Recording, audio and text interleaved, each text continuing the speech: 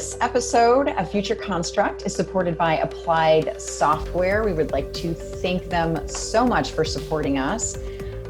Applied Software is really on a mission to transform industries. They empower their clients and champion innovation with real-world expert consultants. So to reach them, you go to asti.com, that's ASTI.com, and please tell them that we at Future Construct and BIM Designs sent you. Thanks so much. Hi, everyone. Welcome to Future Construct. I'm Amy Peck, your host, and I am so excited for our guest today, Amy Marks, who is the head of Industrialized Construction Strategy and Evangelism globally at Autodesk. Welcome, Amy. Thank you. So the other moniker that you are known by is, of course, the Queen of Prefab. So can you tell us a little bit about how you got that name? You know, it's so funny. And actually, we talked about it a little on the Construction Channel mini series that, I think originally I was walking out on stage in Asia, and I don't know, it was probably like 1,000 people, 99.99% of them were men. And then they have a speaker and I come out and I'm always in high heels and a dress. And I think the announcer just said, and she's the Queen of Prefab. And this was like years ago. And I was like, oh, that's kind of cool.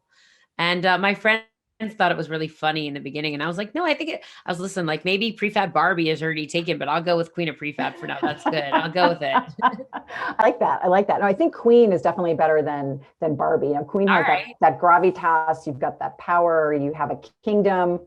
I like Queen. I like, you have a queendom, actually. I'll take it. Somebody recently actually said to me, they're like, if you're the queen, who's the king? And I was like, why do I need a king? I've got this. Yeah. I got prefab under control. Exactly. I love it. So how does this fit into your role at Autodesk? Can you tell us a little bit about, what's in your purview and your day-to-day? Sure. So I came from industry, but I've been at Autodesk now almost a year. And it's my role to actually inform all of product strategy at Autodesk in terms of industrialized construction and what the future looks like when it comes to convergence clients and the platform at Autodesk to support that. And then as well, I work with all customers at Autodesk and people outside of that base to help them on the journey for industrialized construction in order to, be more efficient and optimize what they're doing. That's great. And so with this kind of evolution of technology, and there's so much of it kind of rushing towards us, what are some of the things that, and Autodesk has so many great tools, but what are some of the ways that, companies can really leverage technology today, whether it be smart glasses, whether it be VR, whether it be, blockchain, AI? What are you seeing? It's funny, there's a lot of great tech out there. And maybe I'll start with a quick story that a friend of mine was talking about. For 3 years. They were trying to go paperless in a particular area in their company, and they couldn't. And then COVID hit. And in 3 days, he's like, how are we now paperless in 3 days? So there's a lot of great technology out there. Autodesk, we have tremendous software out in design and construction and manufacturing and operations and media and entertainment. I think one of the things I always tell people is there's great tech out there. New tech is coming all the time, but it's the way in which we behave with tech and we utilize tech to its fullest, and that some of the constructs in our business models and our ecosystem that stop us from using tech, those are the things, those constraints we need to remove out of our way. There's no lack of great tech, right? It's our behavior that stops us from using it. Yeah, I think that's right. And I think that you bring up a really interesting point, is that I think we've discovered that we can, even at large companies can move a lot faster than they imagine. And we were sort of forced into that.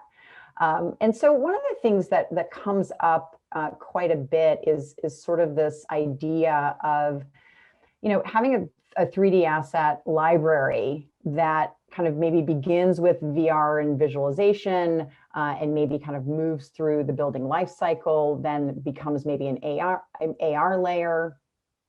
Where do you see as a good way for companies to start with that journey? It's so funny. I think for me, what you just said, it starts with productization.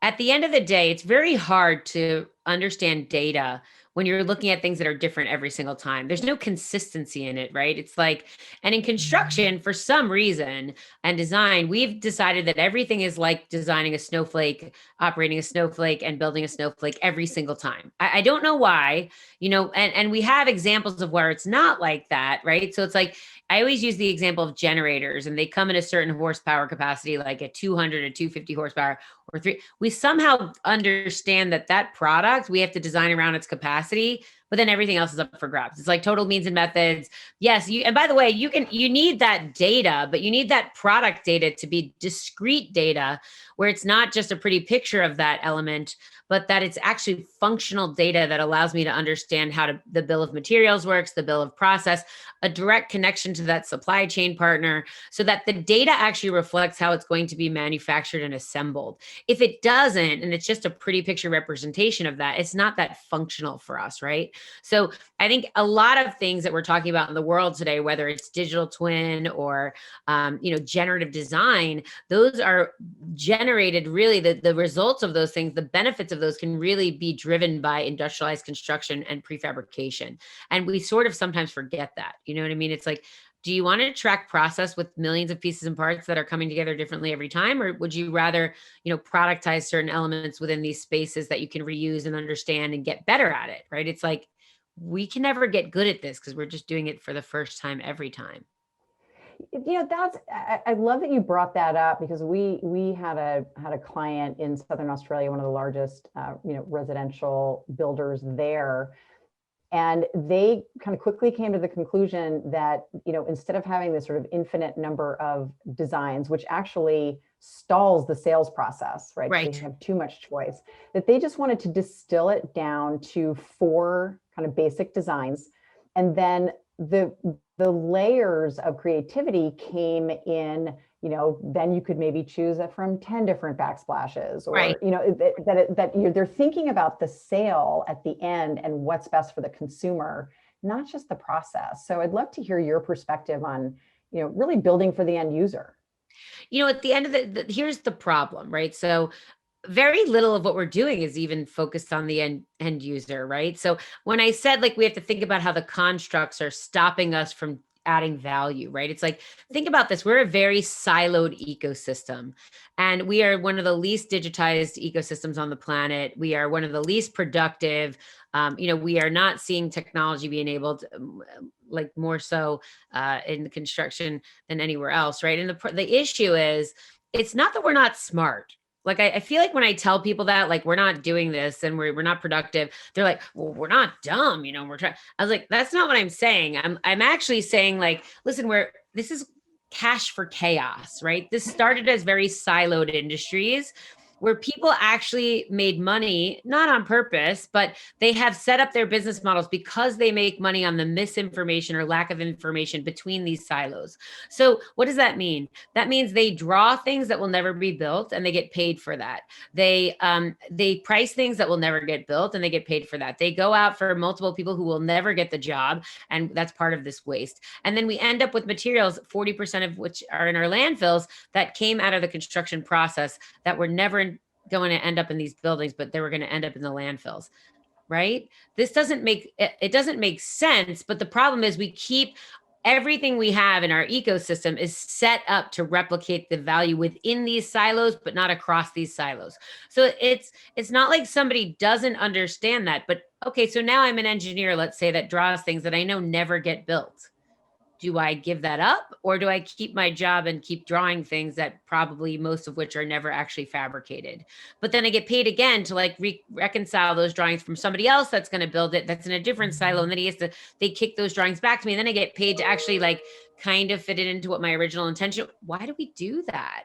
It's not because we're not smart. It's because that silo has been set up to get paid like that, and the contracts mimic that, and the risk management mimics that, and everything mimics that cash for chaos silo. So how do you burn down those silos? And I just wrote a paper called Creative Destruction, breaking down silos for the new possible. The problem is, you need to burn it to the ground in order to, like, create new value, and that's a scary, risky thing for some people to feel. I would like to thank the team at Applied Software for supporting this episode of the Future Construct podcast. With solutions for really any modern project, Applied Software is on a mission to transform industries by empowering their clients and being the champions of innovation with real-world expert consultants. They have a comprehensive array of solutions for AEC, MEP, and manufacturing with a singular focus, helping you achieve higher performance. So with software, training, support, consulting, and custom development, Applied Software has you covered for all of your workflow needs. And BIM Designs is proud to be a client and partner of Applied Software. So you can reach them at asti.com, it's ASTI.com, and please let them know that we here at Future Construct and BIM Designs sent you. And risky in the fact that this is it's one of the most capital intensive, businesses and verticals on the planet. And there's so much money at stake that doing anything that could potentially, halt workflows or just, time, money, you're right. I mean, how do we get those in power to say, all right, we're going to take a risk on this one and we're going to do it differently? Because as you pointed out, there's got to be a huge savings in bringing down these walls, allowing each of these factions to work with each other on a more holistic way. How are we going to convince people to do this?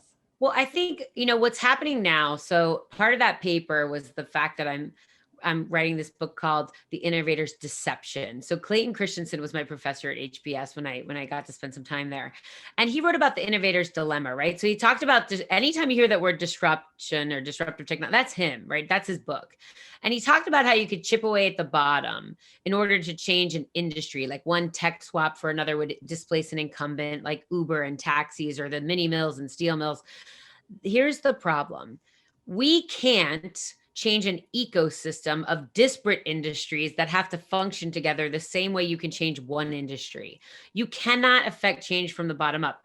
You have to affect change from the top down. So you need to have the biggest influencers in the space. You need to have the biggest buyers in the space say no more. That you have to have those people demand that change must occur. And that's happening right now. You have big serial owners, right? That's a phrase I talked about a long time ago. And my friend said, where'd that come from? Actually, Andrew, our CEO, said, where does that come from? And I said, it's like serial killers, actually. I called it like serial owners because serial killers kill a particular way every time. There's a signature to what they're looking for, consistency. Serial owners are across multiple geos and they want consistency in the way in which they're building and operating so that they have operational consistency. For them, certainty is much greater than savings. And quite frankly, it's called an estimate for a reason in our business because it never ends up as that price, right? So everything that everyone compares these to are not real. So if you look at any of the studies on the best and typical projects that are out there, they're not on time and they're not on budget. So I think the first step is I kind of laugh when you said like, well, there's so much at stake. And I'm like, but we're losing already. We're not winning. You do know that. Like we're not winning in the space. So we're not like, people don't hold us up as like an ecosystem that's like, we're a $13 trillion ecosystem that's incredibly wasteful. And I think the first step to any change is you have to have dissatisfaction, right? So if you look at the formulas that I like to think about mathematically, like everything starts with dissatisfaction. And so the unhappiest people right now are these people that have the most to build, that need operational consistency and also have the most money to spend where they can dictate and influence to the rest of the ecosystem. And they have to. I always say to them, don't hire from within our industry and think you're going to get some different thought-provoking change management. And if you are one of these cool manufacturers, like just think about it logically. You know what I mean? And they're not going to help you because it's like, I use this expression all the time because we want diversity and inclusion in our space. It's like getting a bunch of over 55 white men in a room and then asking each other how to get more people of color and women in the space. Probably you should ask someone else. You know what I mean? I think that sadly that conversation does happen. And I think then everyone just kind of looks around, and shrugs. The problem is I don't think they do that. I actually think they all say what they think. It's like I say it like this about IC. It's like we tell people they have to act more like manufacturers and they shake their head, yes, and we know it's safer and it's more productive. And then I feel like they leave the room and they're like, what's a manufacturer? You know what I mean? It's like they don't know. So we are speaking a different language and we have to all sort of get on the same page here. And the first step is to say what we're doing now isn't working. There's lots of proof points as to why it's not. It might be a big industry. There might be lots of money in it. There might be lots of companies that make lots of money, but it's not really working. And it certainly won't work in the new normal where we're going to need all these other buildings and infrastructure. We just know that now with all the needs in healthcare there are and digital infrastructure right now that we are lacking. We know that this is changing. The environment is changing. Technology is changing. The workforce is changing. It will not continue to be anywhere near as inefficient as it is today. Later, it's going to be worse. I hate to say that, but that's true. So do you think that there's room for, a new behemoth type of, construction company to come in like an Uber for the new construction age? I don't think one company is big enough to make a change. I don't think, like, I deal with a lot of companies and I made a joke actually a couple months ago. I'm going to wear a t-shirt every day that says, you're just not big enough. Like one company, even at the top of the influencer chain, I came to Autodesk because I was a little company, an entrepreneur as a woman. And I was very passionate about this. And Jim Lynch, my boss, was like, listen, if you really want to change the world, you're too small. He's like, you have to come to a place that can actually affect change and be one of the influencers in the ecosystem. And he's right. And I can't do it by myself. And like even Autodesk is not big enough on their own to be able to do this.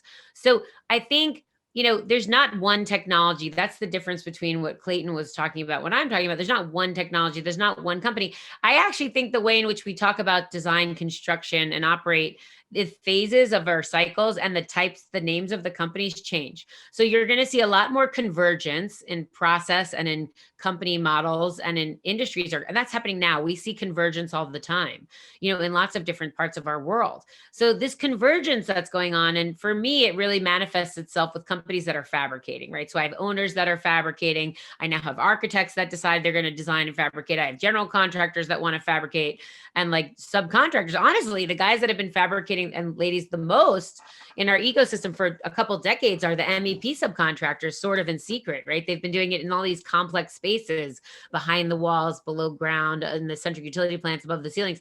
These like unsung heroes of prefabrication.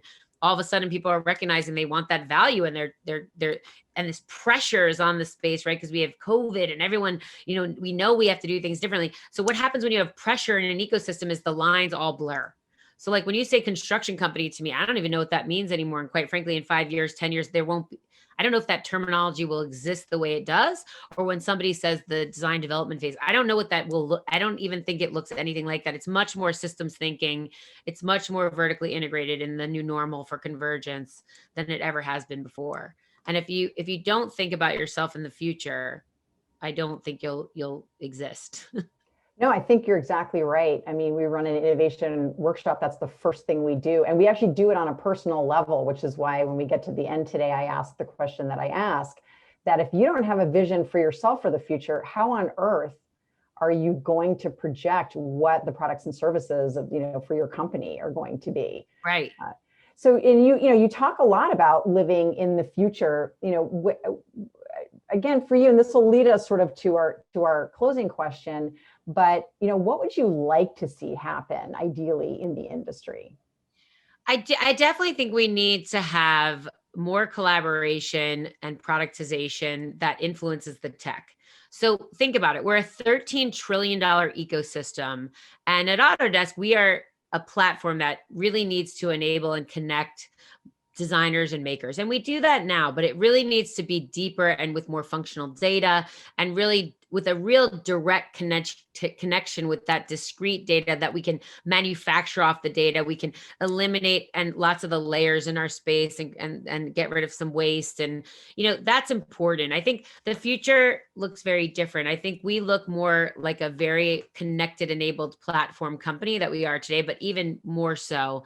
And I think a lot of those, again, the terminology that we use today it won't be the same.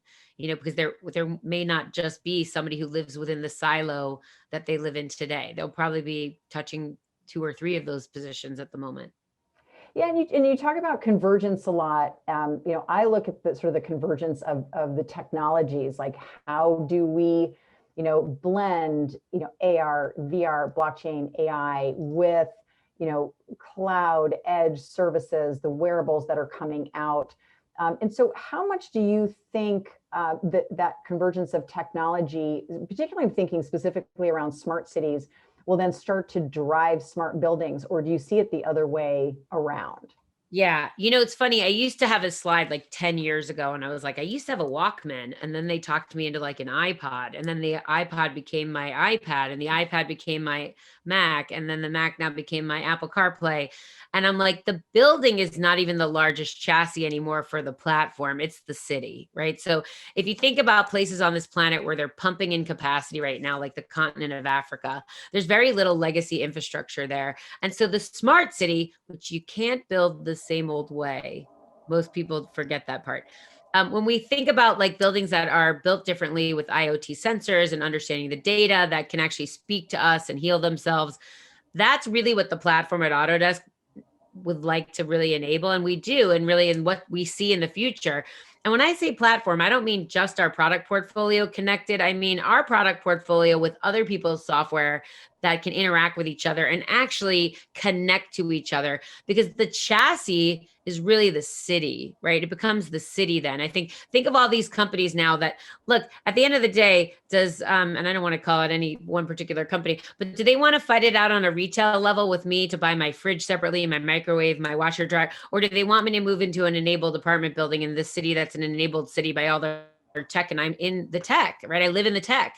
So I think if we are not recognizing that that's happening, and there's a global struggle for that digitization of my platform and my my space in the platform, we by the way, and all we do sometimes in construction is rearrange deck chairs on the Titanic when we think about our 2.5-3%. How do we get 4? It's like, trust me, the platform money is much, we're talking about pennies now instead of like millions of billions and trillions and stuff like. So I think if you don't recognize that change, what's happening, and I definitely know that Autodesk does, which is why I came here, that we need to play a role to make this a better city for the end users, for the people that live there, for the people that build those, for the people that design those. That's critical, because we need so much of that infrastructure on this planet that if we don't do that in a smart way, what a waste. So much waste is gonna be produced by that.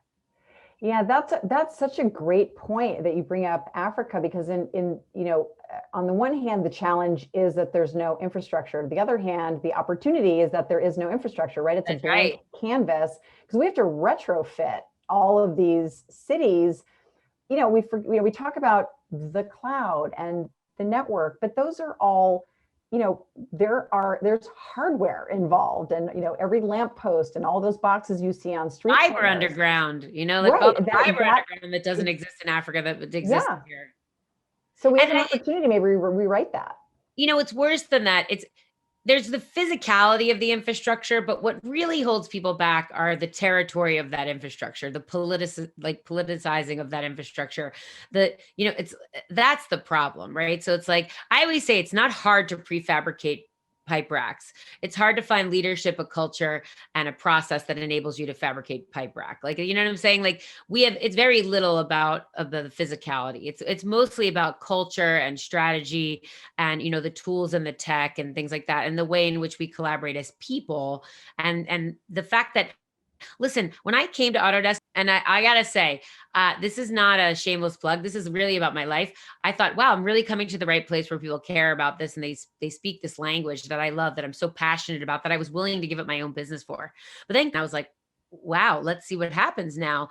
And I just remember Andrew and Jim saying to me and everybody there, just go out and help people. Go and help our customers, go and help our employees. I don't take credit. Just Amy, just get out there and help people on their prefabricated hospital, whatever they need, just go help. And I watched behind the scenes people that I didn't know. I knew they were talking the talk, because that's why I came. It's going to be more about walking the walk in the future, right? It's like, you can't just use these marketing words that you're saying something, it has to be realized. You have to actually take action. It's the same thing with my friend about tech and their behavior. You can't actually change something unless you change your own behavior first, right? In the way in which we interact on this planet. Well, I would say that you made the right move because you really are out there helping people. I've watched your videos. You are an absolute force.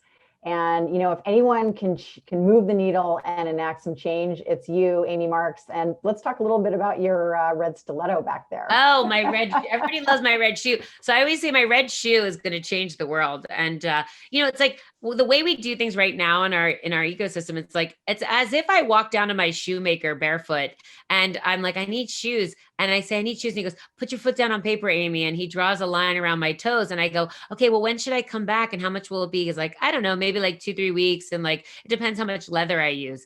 And then I go, okay, I'll come back. And maybe I come back, it's ready. And I go, all right, what did it cost? And he's like, well, it's not ready. Come back in 3 days. I go, okay, no problem. So I come back and then it's my shoe, right? But like, that's not how I bought this. This is an 8.5.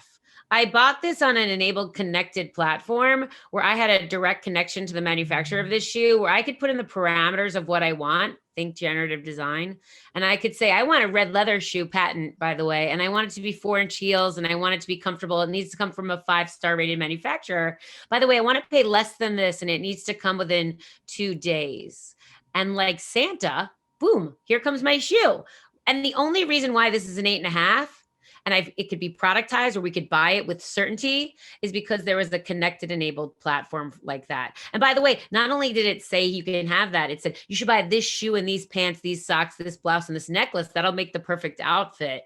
And that frees me up, right? Think if you're an architect, it freed me up as a consumer to go do other things with my time that were more productive. So I always say my red shoe is going to change the world, hopefully.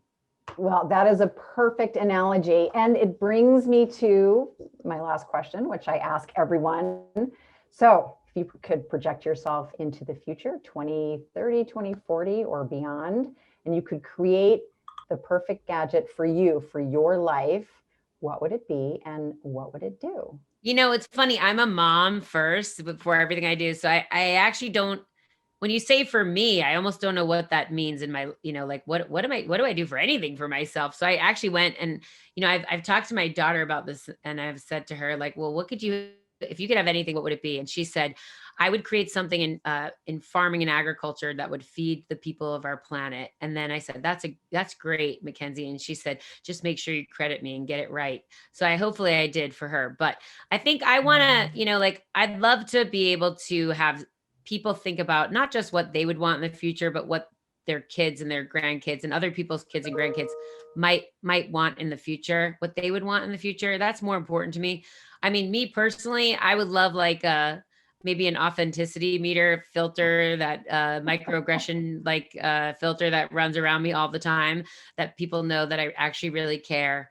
And I always say I'm like a bunny in a monster costume. If they could just know that without me having to look like I'm so tough and so intense, it would be great if they could have that when I walk in the room, if that was possible for me. But it would free me up to be more authentic all the time, not have to explain things.